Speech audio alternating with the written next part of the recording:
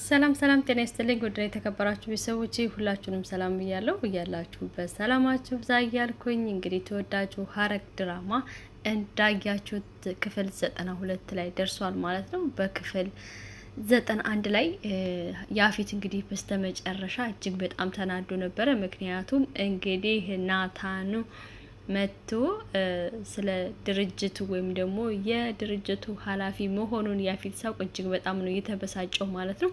እንግዲህ ያፌት ያው ባልደረባው ወይም ደግሞ አማካሪውን ታሪኩን ጠርቶ እጅግ በተበሳጨ መንገድ ናታንን ፈልግልኝና ካለበት ፈልገህ አምጣልኝ ወይም ደግሞ ተከታተለው ብሎታል ማለት ነው። በጣም የተበሳጨው ያፌት እንግዲህ በናታን ነው ማለት ነው። ምክንያቱም የዛ ተቀናቃኙ ድርጅት ኃላፊ ወይም ደግሞ የሱ ስራ እያከሰረበት ያለው ናታን መሆኑን ሲያውቅ እጅግ በጣም ነው የተበሳጨው ማለት ነው። እዛ ጋር ግን ሲበሳጭ ታሪኩ ለምንድን ነው አንተ እንደዚህ ናታንን ለመጉዳት የምትጥረው? ቢያንስ እንኳን ወንድምህ ነው ሲለው ያፌት ምንድነው ያለው? ይሄ ያፌት እንግዲህ ናታን ባይወለድ ኖሮ ይሄ ሁሉ ስቃይ አይኖርም ነበረ። አባቴም እናቴን ጥሏት አይሄድም ነበረ። ምክንያቱም እኔ ያችኛዋ ሚስቴን ፈትቼ አንቺን አገባለሁ እያላት ነበር እናቴን። እኔ እንደዛ ሲላት የ2 አመት ህጻን ልጅ ነበርኩኝ። ነገር ግን ወደ እነ ናታን ቤት ሲሄድ አባቴ ናታን ተረግዞ ነበረ ብሏል ማለት ነው። ስለዚህ ያፌት የራሱን ቁስል ብቻ ነው የሚያየው እዚህ ጋር እውነት ለመናገር ማለት ነው። ያፌት የተረገዘው ተሰርቆ ነው ማለት ነው። ያፌት ተሰርቆ ነው። ናታን ደግሞ ከትክክለኛ የትዳር አጋራቸው ነው የወለዱት የናታን አባት ማለት ነው። ነገር ግን ያፌት ደግሞ እሱ ስለተወለደ ነው እኔ ይሄ ሁሉ መከራና ስቃይ እናቴም ደግሞ እናቴን ጥሏት የሄደው የናታን አባት ናታን ባይወለድ ኖሮ አባቴ መጥቶ ከኔ እናት ጋር ይኖራል ብሎ ስለሚያስብ ነው። ትንሽ እዚህ ጋር አስወዳድነትህን ያፌት እየበዛረከው ማለት ነው። ምክንያቱም አንተ ተሰርቀህ ነው የተወለድከው ማለት ነው። እና ለማንኛውም እጅግ በጣም ነው የተበሳጨው ያፌት። የስሙን ትርጉም ደግሞ ሁላችሁም እንደገባችሁ ተስፋ አደርጋለሁኝ ማለት ነው። ናኢፍ ናኢፍ እውነትም ናኢፍ ቢላው ነው እንግዲህ ስለታማ ቢላው። ናኢፍ ደግሞ እንግዲህ ኤፉና ናታን ማለት ነው። ፍቅር ያሸንፋል። ፍቅራችሁ መጨረሻ ላይ አብቦ እንደምናይ ተስፋ አደርጋለሁ ማለት ነው።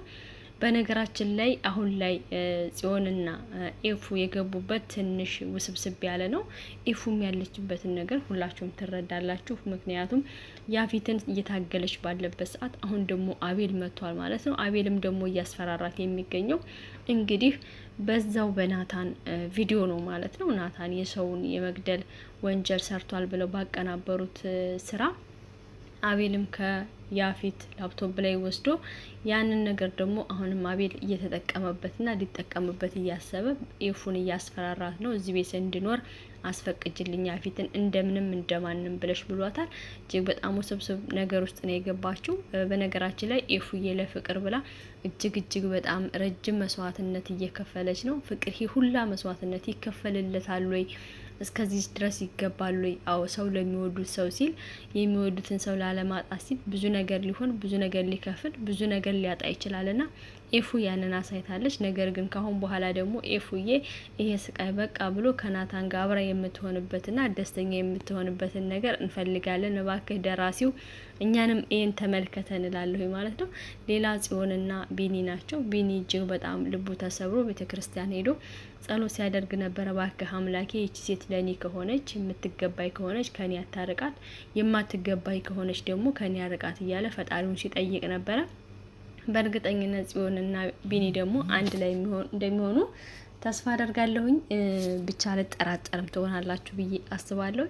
ሌላ ገንዬ መናገር ስለጀመረች እጅግ በጣም ደስ ብሎኛል ማለት ነው። መናገሯ እጅግ በጣም ነው ደስ ያለኝ። አይዞሽ ሁሉም ያልፋል፣ መከራ ደግሞ ይመጣል፣ ያጠነክራል። ለማለፍ ደግሞ እኛ መታገስና ጠንካራ መሆን አለብን። ይሄንንም ደግሞ ታልፈዋለች። ገኒ በጣም ጎበዝ፣ በጣም ጠንካራ እናት ናት፣ በጣም መካሪ ነች ማለት ነው። ቢኒም ደግሞ ይሄንን ነገር ታልፈዋል። በመሀከል ዳግም እጅግ በጣም እየተጨነቀ ነው። በዚህ በኩል ላጎቱ፣ በዛ በኩል እህቱ አለች፣ በዚህ በኩል ደግሞ እናቱ ይሄን አይነት ችግር ደርሶባታል። እጅግ በጣም ውስብስብ ነገር ነው። ለማንኛውም ግን ሁሉም ነገር እንደሚስተካከል ተስፋ አደርጋለሁኝ። ሌላ ቤዚ ናት ማለት ነው። ቤዚ አሁን ላይ ያለችበት ዓለም እጅግ በጣም ደስ ይላል። ቤዚዬ ደግሞ ያንን ጭካኔዋን ያንን ራስ ወዳድነቷን ቀይራ ዛሬ ላይ በአዲስ ማንነት ሰዎችን ለምዳ ሰዎች እነዛ የኔ እህቷን ያደረገቻትን የሷ ያልሆነውን ነገር የኔ ይሁን ብላ የተጨቃጨቀችበትን የጣላችበትን ለእህቷ ሞት የተመኘችው ነገር ሁሉ ጎርቷት ገብቷት ዛሬ ላይ ወደ ራሷ ተመልሳ ለምን አደረኩት ብላ ሌላ ቤዚ ሆናለች ማለት ነው። ቤዚዬን የለወጠ አምላክ ሁላችንንም ካለንበት ችግር ይለውጣል። ሌላዋ እንግዲህ ሁሌም የማትሰለቸው በነገራችን ላይ እጅግ በጣም ነው ደስ የምትለኝ ሉሊትም እጇን አንከርፍፋ እንግዲህ አንድ አሮጊት ናቸው ወደ ውጭ እንዳትወጪ ብለውኝ እንደዚህ ያደረጉኝ ጥላ ይሆንብሻል እያሉኝ ጥላ ሆኖ ቢቀር እያለች ነው። ሉሊትዬም እጇን እንግዲህ እንደዚህ ያደረጋት ያፊት ነው። ያፊት ደግሞ እንደዚህ ያደረጋት ስራው ስለከሰረ የ5 ሚሊዮን ብር ስራው ስለከሰረ ያን ደግሞ የሆነው በእነናታን ድርጅት ተቀናቃኙ እነሱ ናቸው ያከሰሩት ማለት ነው። ናኤፍ እንግዲህ ካሁን የሌለ ሆኗል። ለማንኛውም ግን ናታን ወደፊት ምን ይጠብቀዋል የሚለውና የሚያስፈራው ነገር ትንሽ ታስፈራለች የድርጅቱ ባለቤት ማለት ነው። እውነቴን ነው የምላችሁ ጨካኝ ነገር ሳትሆን አቀርምና ብቻ ናታን ወደፊት ምን ይጠብቀዋል ወይስ ደግሞ ከኤፉዬ ጋር አብሮ ይቀጥላል የሚለውን ነገር አብረን የምናይ ይሆናል። እኔ ግን እጅግ በጣም ደስ ብሎኛል ዛሬ ምክንያቱም ቢኒ ተሽሎት ወደ ቤተክርስቲያን ሄዶ ጸሎት ሲያደርግ አምላኩን እየጠየቀ አምላኩን እየተማጸነ ገንየም በመናገሯ ኤፉዬና ጽዮን ደግሞ አይዟችሁ በርቱ፣ ግን ደግሞ ይሄንን ያላችሁበትን ችግር ለቢኒ ብትነግሩት አሁን ላይ ለቢኒ ሳይሆን ለናታን ብትነግሩት ሀሳባችሁን ሊጋራችሁ ይችላል። ምክንያቱም ናታን አሁን ላይ ያለበት ነገር እጅግ በጣም ጥሩና ደስ የሚል ነው። ስለዚህ አሁን ያፊትን አይፈራውም።